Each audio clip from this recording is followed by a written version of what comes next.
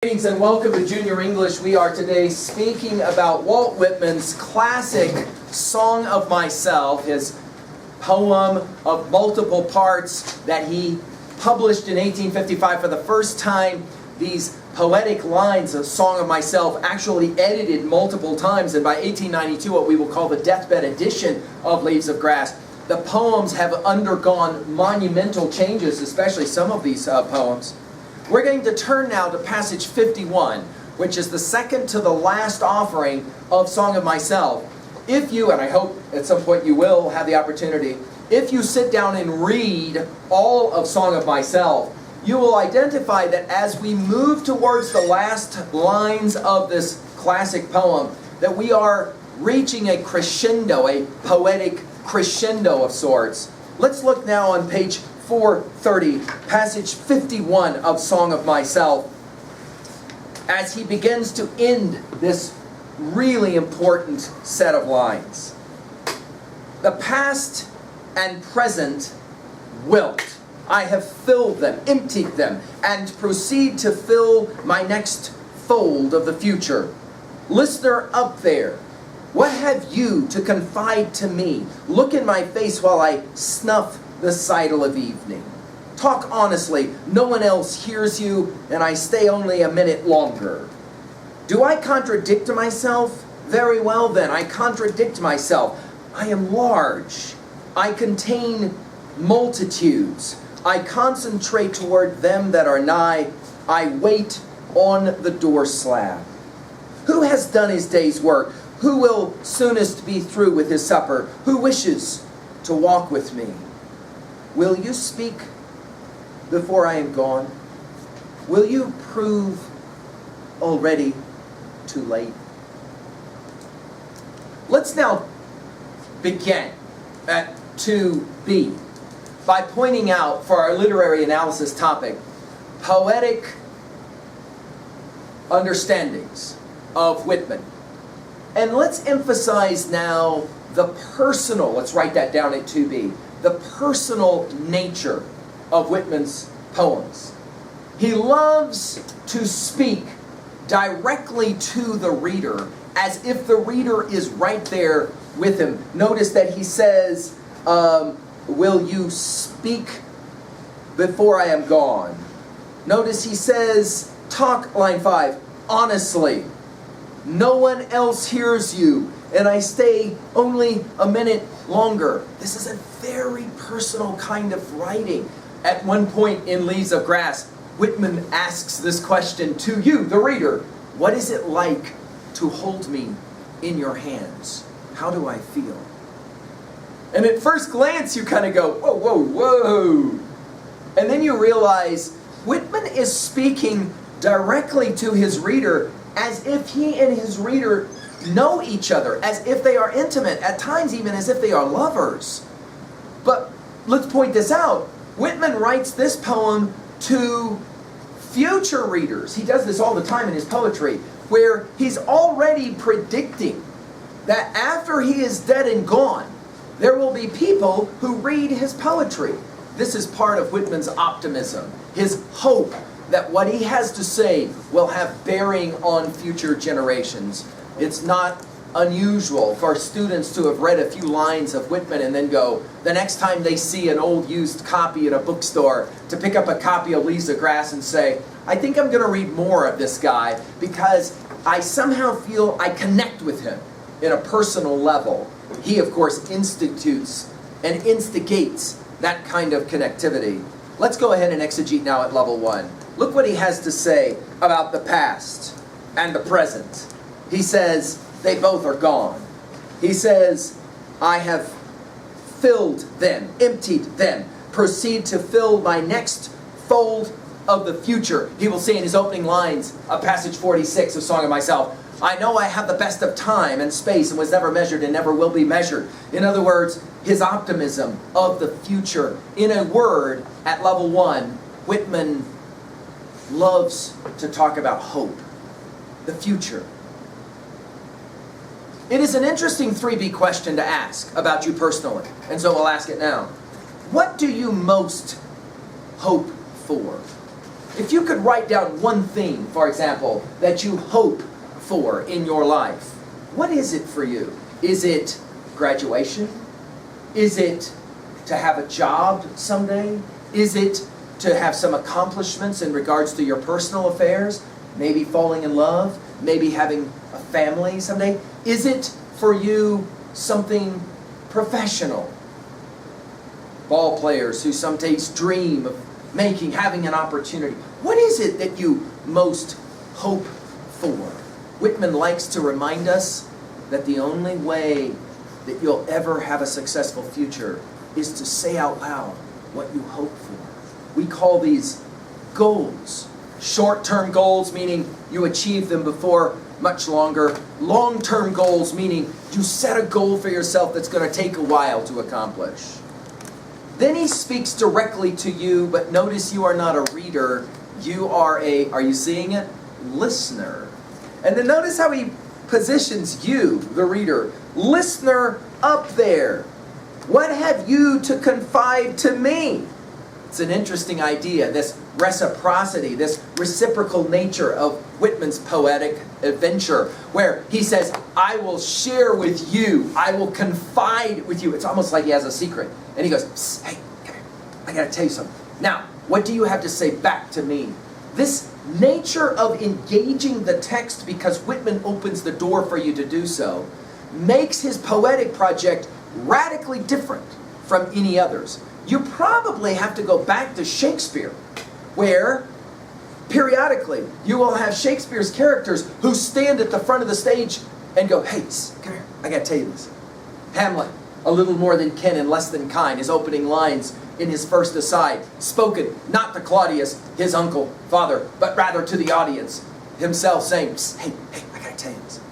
This is very much in the vein of Whitman. He very much is about this kind of exchange of energy, this exchange of intimacy. A poet who you've never read before, and immediately you find yourself being asked by him, hey, you got anything you need to tell me? Keep reading in the second stanza of passage 51. Look in my face while I snuff the sidle of evening. Your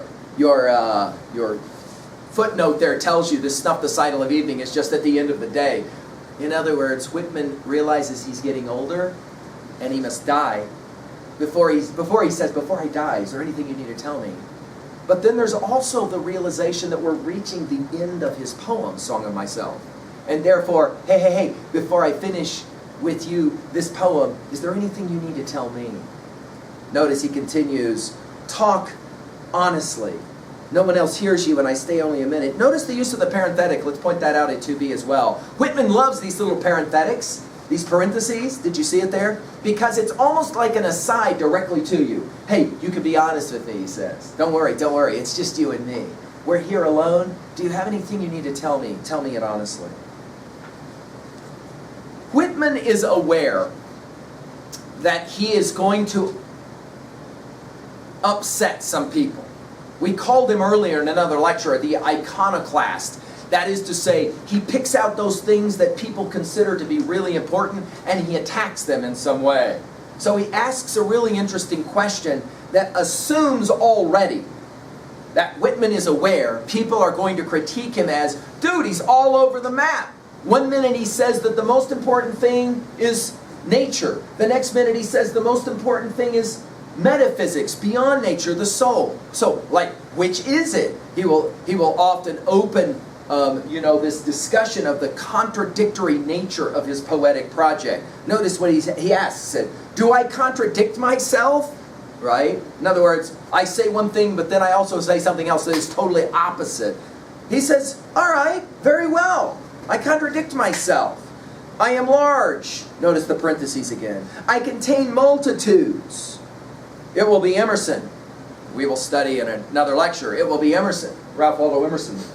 In his classic essay, Self-Reliance, he will say, a foolish consistency is the hobgoblin of little minds. Say what you mean today, and then tomorrow say something completely different, even if it totally contradicts. Emerson, Whitman, of course, contemporaries. Emerson is the one that celebrated Whitman early on and said to him, I congratulate you. You have an amazing future coming. Finally, this question of the end.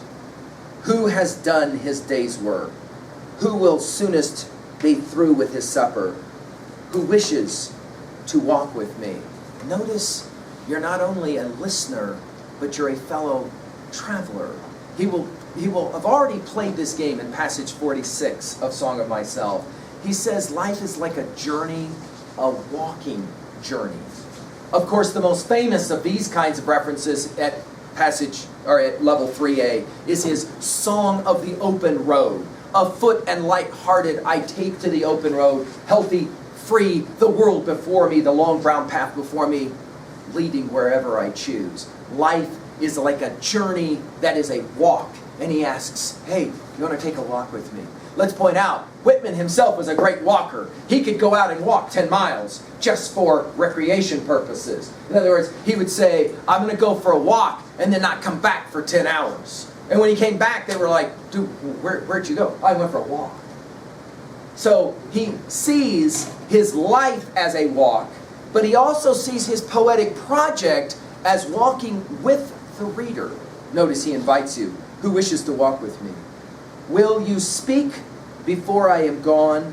Will you prove already too late? It's an interesting series of questions he finishes here. Why don't you ask the questions you really want to ask? Let's now turn to 3A. When we are working at our annotations, we're always trying to make connections with other texts. And so let's ask a couple of questions about other texts. For example, at 3A, other texts, what is for you the most difficult question that was asked ever in a text you read? Was it a question about life for you that made you ponder? What is a movie for you that asks a really provocative question? What is a TV show or a computer game that you've played that asks a really interesting question, one that makes you think, one that challenges you in some way? What is for you your favorite movie that is set in the future? A film, a TV show that is not of this time or the past, but rather predicts the future in some way, that tries to imagine what that looks like. For those of us, for example, who have maybe read a text like Harrison Bergeron, the Vonnegut classic, we know about a text set in the future. For those of us that maybe have read a novel like The Giver, we are familiar that that novel is set not in the past, not in the present, but rather a future. For those of us who, for example, like films that are often set in the future, the Matrix series, the Terminator series, these are all films that are set in the future. Do you play a video game that is set in the future, that challenges you to imagine what will the world be like 500 years after your death? What an interesting question. Whitman is all about talking about the future. Finally, at 3B, what are for you the questions that you really do want to try and find an answer to while you are in high school? Who will help you find the answer to your questions? Can you jot down the person who you go to for answers? Is there someone who, when you have a question, you go to that someone and you say, what do you think? Whitman says, I can be that person for you if you're so inclined. All you have to do is ask the right questions. Let me ask this question for you. Is reading for you a form of question and answer? Have you ever thought of reading in this way? What is for you the last time you read something and you found yourself engaging with the writer? You literally wanted to talk with the writer. I had a student who read a short story and realized that the writer was still alive. And so wrote to the writer by email and said, I'd like to know the answer to this question. She didn't assume that the writer would write her back. And the next day she got a return email from the writer. Said it was one of the coolest things. Whitman plays this game, but now it's of course gone. He asks, are you willing to ask me the right questions before I leave? Of course, this before I leave can have everything to do with his idea about the end of Leaves of Grass, Song of Myself. Let's go ahead here in a second and we'll turn to the final passage, passage 52. Thank you for a discussion of 51.